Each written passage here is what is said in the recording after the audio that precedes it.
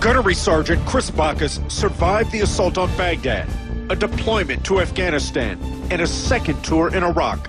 What specifically killed your brother? He died because he mixed narcotic drugs. Whenever he had an issue with them, they would increase either the dosage or the potency of the individual pill. A bomb couldn't kill this Marine, but a bottle did. Chris Bacchus had 2 antidepressants, 2 opiates, and the anti-anxiety drug Ativan in his system. A total of 27 different prescriptions were found at the scene, most of them recently prescribed. The autopsy said it was the drug interaction that killed him, something any doctor worth his salt could have predicted. The case of Chris Bacchus would turn out to be no different from hundreds of others. Only 450 miles away, Stan and Shirley White celebrated the safe return of their son, 23-year-old Marine Corporal Andrew White, from the combat zone. Little did they know what would happen when he went for help to a local veterans hospital, only to be diagnosed and then drugged. Andrew's behavior really started to deteriorate. We saw more and more withdrawal. We saw anger issues. At one point, he slept for 2 or 3 days at a time. The psychiatrist, their solution to his deteriorating condition was to increase his medications or to change the medications. On February 12, 2008, Corporal White died in his sleep. Didn't even move, just died. The coroner's report said it was an intoxication of these drugs. Did not mention, but his heart stopped beating.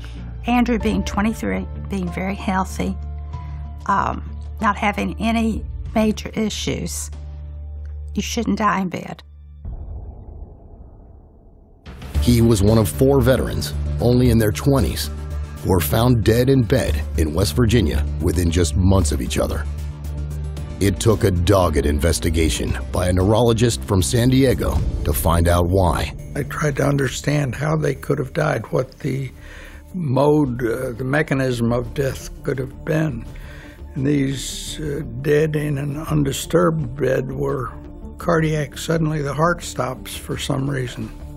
Tracking down every lead, he discovered that each had been diagnosed with PTSD, and all of them were taking the same potent cocktail of psychiatric drugs. Came across literature on the antipsychotics, and they said that the antipsychotics have a particular danger. They can stop the heart suddenly. And here these veterans, all 3 were on a combination of drugs which can cause or lead to sudden cardiac death. Might this not be the tip of an iceberg? Might there be others?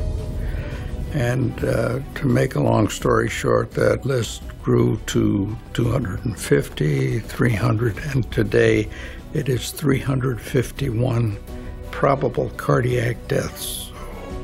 The risk of sudden cardiac death makes those drugs truly unfit for human consumption, and yet they're being used like jelly beans in the military.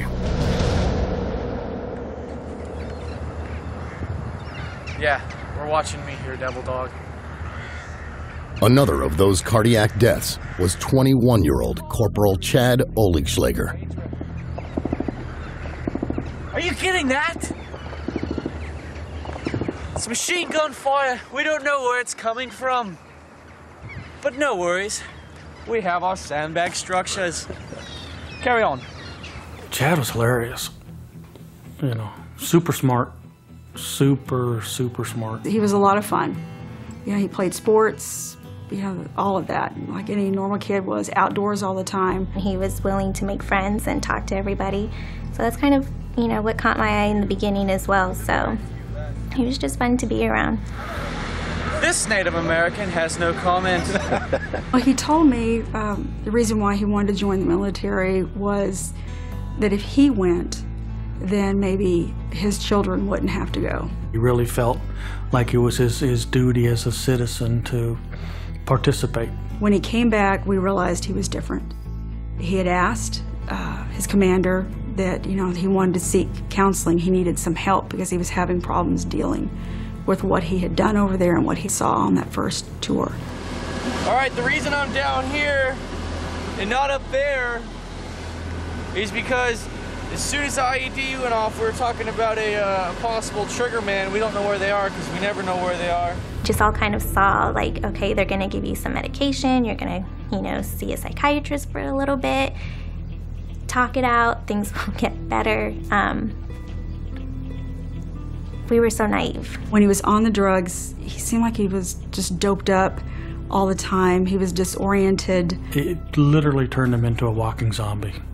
I mean, after he would take that, and you know, and he was real adamant about making sure he took his medication on time. It just felt like the medication made him forget what he was doing, made him forget some things that had happened in the past. We'd be talking about stories and he wouldn't believe what I was telling him. And he'd take Seroquel and then 10 minutes later be going back to his pill bottle and say, well, I gotta take my medication. And it's like, you just took it. He wasn't in control, I felt like, in the end. He just really didn't know what he was doing. He wasn't going to work when he was supposed to. He said he would just sleep in his room. We're gonna pause for a second due to malfunctions and technical difficulties. I got the knock on the door at 11 o'clock at night. But when I heard the knock on the door, I knew what it was. They had found Chad. And my thought was, okay, great, where is he? Where's his little shit? You know, I hadn't heard from him. And he said that